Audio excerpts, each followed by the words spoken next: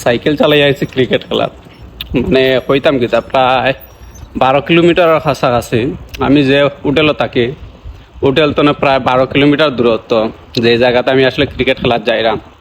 খুব কষ্ট, যে সাইকেলটাও আসলে একটু পুরান আর রাস্তাগুলো অনেক আসলে ডাউন, তারপরে হাই। আপনারা দেখতে পাবেন আমার পিছে দিন যে আমি একটা উঁচা জায়গাতে মাত্র সাইকেলটা ছাড়লাম, তারপরে আসলে আইলাম এত কষ্ট করিয়া, কারণ ক্রিকেটটা একটু বেশি লাইক করি। যদিও আমি টাইম দিতাম পারি না, সময়ও না খেলার, তারপরে একটু সময় বাইর করলে আসলে ক্রিকেট খেলার জায়গায় তো লগে তা ওকা হয়ে যাইরাম ক্রিকেট খেলা। তো অবশ্যই আপনার লগে শেয়ার করবো। হ্যালো এভরিওয়ান, কিতা অবস্থা সবার? আসেন নি পালাম। আজকের ভিডিওটা খুবই স্পেশাল। আজকে অনেকদিন পর আসলে ক্রিকেট খেলার বাইরে হয়েছে।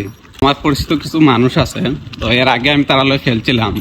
তো আজকে তারা একটা ম্যাচ আছে, তারা আমার কল করছে যে ভাই ফ্রি থাকলে আইয়েন, আজকে একটা ম্যাচ আছে, তো আমরা আপনারা লইয়া চাইরা ম্যাচটা খেলার লাগারি। তো আজকে আসলে তারা লগে খেলার উদ্দেশ্যে বাইরেছি। তো সবাই ভিডিওটা দেখবা এবং লগে থাকবা, কোনানো যাইরাম কোনানো খেলরাম সব কিছু দেখবা। প্রায় 1 বছর পরে একটা জায়গা পাইছি, তো জায়গাখানে এসে আপনার লগে শেয়ার করতাম। আজ তো না 1 বছর আগে আমি এই জায়গার মধ্যে আইছিলাম, আর 3 দিন অথবা 4 দিন আমি ক্রিকেট খেলি তারার লগে।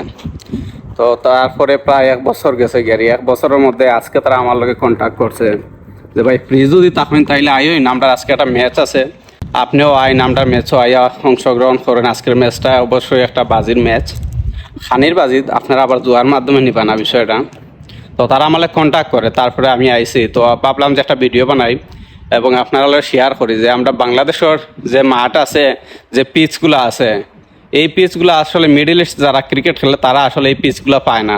মিডল ইস্ট আপনারা অনেকে জানেন, কারণ হয়তো মরুভূমি আছে অথবা বড় বড় পাহাড় আছে, কিন্তু আসলে মাটির কোনো পিচ নাই। তো আমি এর আগে এখানে খেলিয়া গেছি অবশ্যই, যেটা আসলে পিচটা হয়েছে গিয়া ডালাই পিচ। আপনাদেরকে শেয়ার করতাম, আপনারা দেখুন হয়েছে গিয়া পিচ। আর মাঠটা অনেক বড় আছে, আপনার দেখতে পারতাম অনেক বড় একটা মাঠ, অনেক বড় একটা মাঠ। আর আমরা তো আসলে বাংলাদেশ খেলি মাটির পিচও, কিন্তু আসলে এখানে ঢালাই পিচ, এখানে বল অনেক বাউন্স খায়। তো এর আগে আমি খেলছি, আমার অবশ্যই অভ্যাস আছে, তো দেখতে পারেন আপনারা।